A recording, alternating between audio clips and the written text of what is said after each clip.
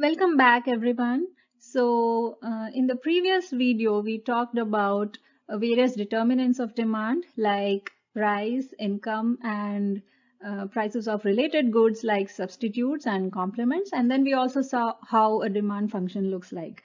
So, let's go further from here.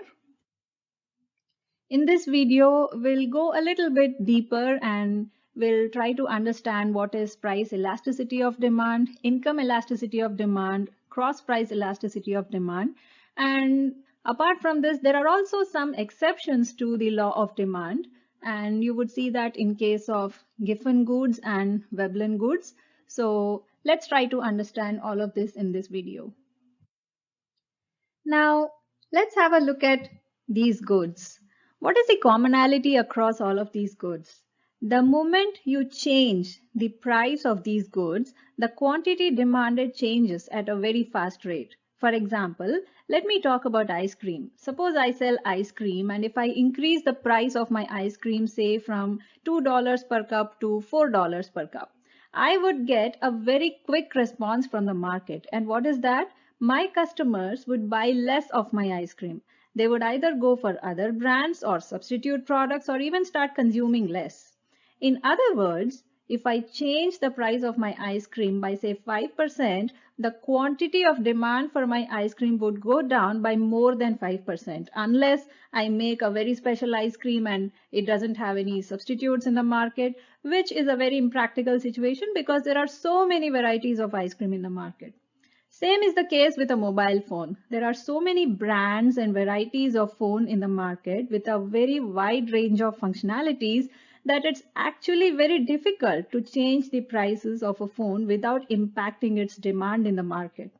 Likewise, what about a private school? Most of the countries, especially in a country like India, there are so many private schools running and there are thousands of students who go to these private schools. So if there is a sudden rise in the fees in any of these schools, there is a very high likelihood that the students would immediately shift to a neighboring private school or even decide to go to a public school. So again, the demand for a private school is highly sensitive to the price and moves at a much faster rate as compared to changes in the price. So such products where the quantity demanded changes at a faster rate, at a higher rate as compared to changes in the price are called price elastic products.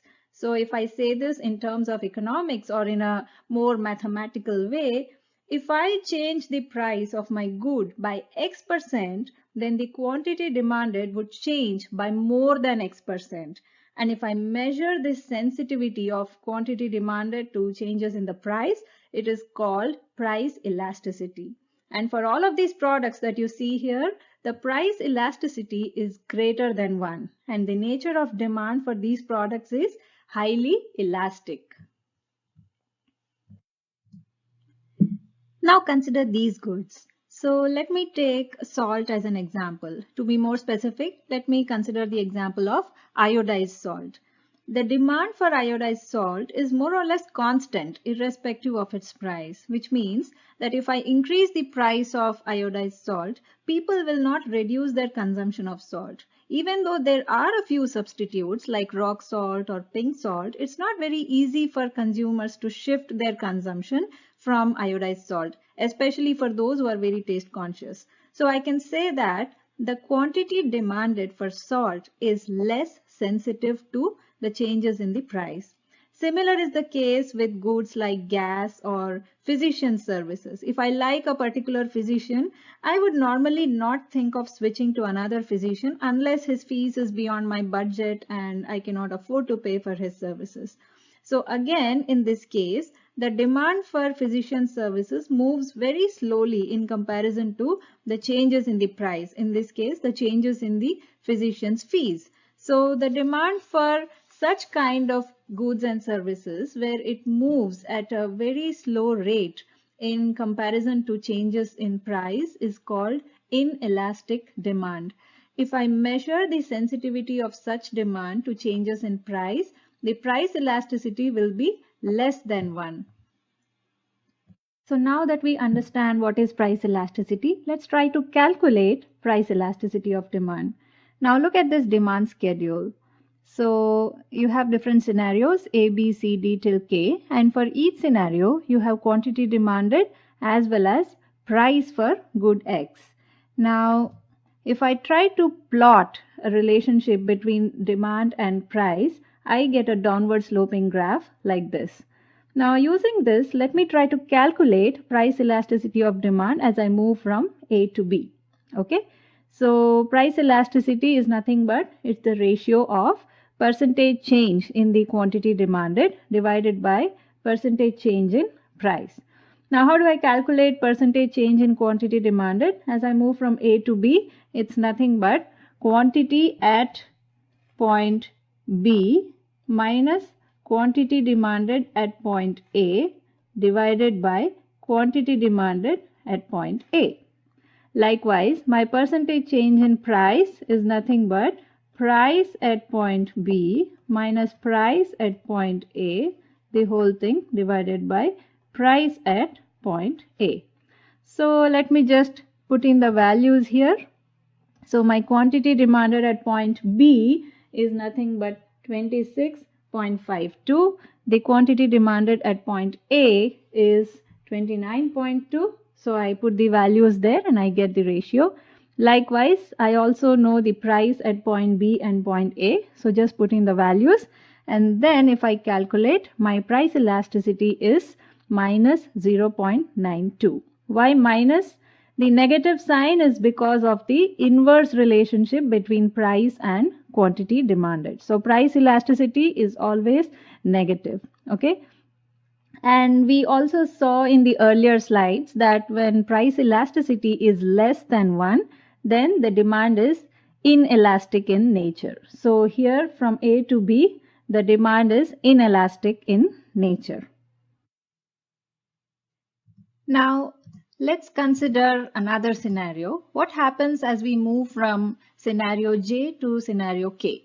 Okay, so let me try to calculate price elasticity in this case. So the formula remains the same. Price elasticity is nothing but it's percentage change in quantity demanded versus percentage change in price.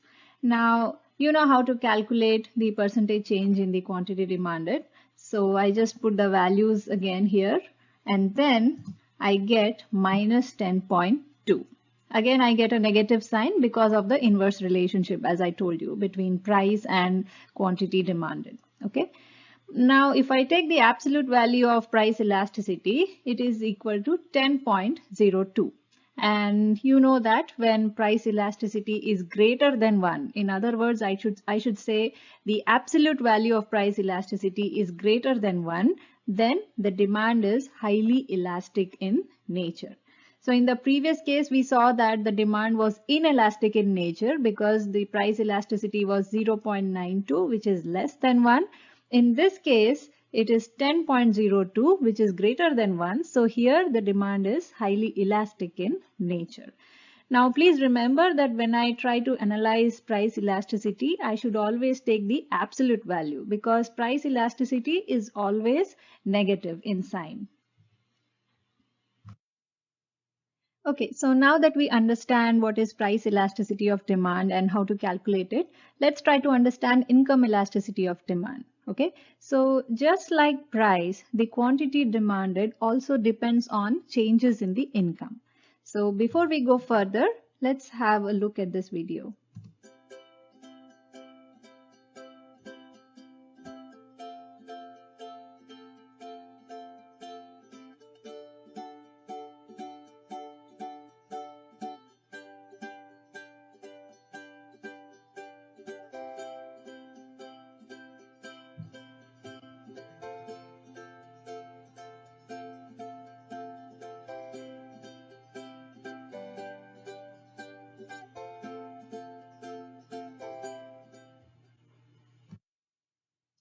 Now, let me try to analyze the consumption pattern of Alex before and after his income changed. Okay, so let me write it down. So when he had lower income, and let me make another column when he had higher income. Now, what happened when he had lower income? He relied mostly on public transport. So there was more demand for public transport. And then he mostly ate potatoes and low-priced meat. So there was a higher level of demand for these three goods, that is public transport, potatoes, and low-priced meat. Now, when he had a higher income, public transport changes to personal car. So the demand for public transport reduced and demand for car increased. Likewise, potatoes and meat changes to expensive dining at restaurants. So again, there is a transition from potatoes to expensive restaurants. And in addition, he also now owns a house. Now, just look at the goods when he had lower income, public transport, potatoes and meat. You saw that when his income increased, the demand for these goods decreased. So income increased and quantity demanded decreased.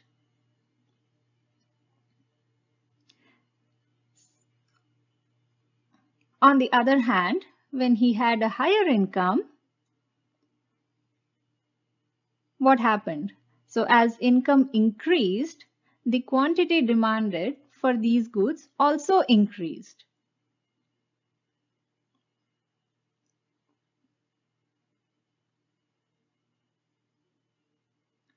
So you can see the relationship when he had lower income versus when he had higher income. Okay. So this means that those goods which have an inverse relationship between income and quantity demanded, which means one goes up and the other comes down, they are called inferior goods. So when I say inferior, it has got nothing to do with the quality of goods. It's just how it is named in economics. And on the other hand, the other set of goods when he had a higher income, where income increases and quantity demanded also increases, such goods are called normal goods. So here are some more examples of inferior goods. So in all of these cases, you can see that when my income increases, I tend to consume less of these goods. Hence, I can say that these goods have negative income elasticity. Negative because for these goods, income and quantity demanded go in the opposite direction. Likewise, here are some more examples of normal goods. Normal means if my income increases, I'll go for more holidays or buy more property or invest in gold, or I can choose to buy more cars, right? So you can see that in all of these cases, as income increases, quantity demanded also increases. So in economics, it is called positive income elasticity because income and quantity demanded go in the same direction. And how do you measure income elasticity of demand? It's nothing but the ratio of percentage change in quantity demanded to percentage changes in the income. So it's just like you calculate price elasticity. Instead of price, here you're considering income. Okay. And again, I repeat, for normal goods, income and quantity demanded are positively correlated in the sense that both of them go in the same direction. And for inferior goods, there is an inverse relationship between income and quantity demanded. So now let's talk about cross price elasticity of demand. So let me take the same examples of a gas car and an electric car. And suppose I want to analyze the demand for electric cars. Suppose the price of its substitute product, that is a gas car, increases. As per the law of demand, naturally the quantity demanded for gas cars will come down. It will decrease. Okay. Since electric car is a close substitute, people will start buying more electric cars, which means demand for electric cars is positively correlated with price of gas cars. In other words, when the price of gas cars increases, the demand for electric cars also increases, right? So this is called positive cross price elasticity of demand. Now let me take the example of gas and automobiles. Suppose I want to analyze the demand for gas, and suppose the price of its complement product, that is the automobiles, decreases. Naturally, there will be an upward shift in the quantity demanded for automobiles. Now, more automobiles running on the road means more consumption of gas. So we can clearly see that when the price of complement product decreases, the quantity demanded for gasoline increases. In this case, when the complement product is nothing but automobiles, which means there is a negative relationship between quantity demanded for gas and price of automobiles. So this relationship is called negative cross price elasticity of demand. We all know that according to the law of demand, there is an inverse relationship between price and quantity demanded. But there are certain exceptions to this. Say, I consider the example of bread. Okay. Now, suppose the price of bread increases in the market, most probably because there is some kind of shortage of bread in the market. Okay. Now, what happens to the consumption of bread? So as you can see here, there's a plate with fruits and vegetables costing $3 and bread costing $2. Okay. Now suppose the price of bread increases to $3. The question is, will the consumption of bread decrease? Not really, because bread is a necessity for many consumers, and especially when there is shortage of bread in the market and the price of bread has increased, people tend to buy more and more of bread. Okay. And in fact, they will try to allocate their expenditure in such a way that they end up spending more on bread. Okay. So such kind of goods where there is an upward sloping demand curve, upward sloping in the sense when the price of the good increases, the quantity demanded also increases. Such kind of goods are called Giffen goods. So basically this is an exception to the law of demand, which says that the quantity demanded and price are inversely related to each other. Okay, now let's look at these goods. What is this? This is a private yacht. Okay, so of course owning a private yacht is considered a luxury. Then you have jewelry and you have a high priced watch. Okay, so all of these goods, they are definitely high in price, but actually the higher price is indicative of a higher status. Okay, so all of these goods are considered as status symbols. So in all of these cases, when price increases, the quantity demanded also increases. Of course, it is subject to the income of the individual, but actually there is an upward sloping demand curve for these goods. So such kind of goods are called Veblen goods, and this is another exception to the law of demand. So we are pretty much done with the demand analysis part, and just to summarize what we learned, we talked about price elasticity of demand, income elasticity, cross price elasticity, and we also learned how to calculate all of these. And we also tried to understand some exceptions to the law of demand. So the next session would focus mainly on practical problems and case study. And this would be very helpful for those who want more problems for practice and to reinforce the understanding of their concepts. Okay. And I have tried to cover a very exhaustive range of problems, but in case you feel that you need more problems for practice, please get in touch with me. So see you in the next session.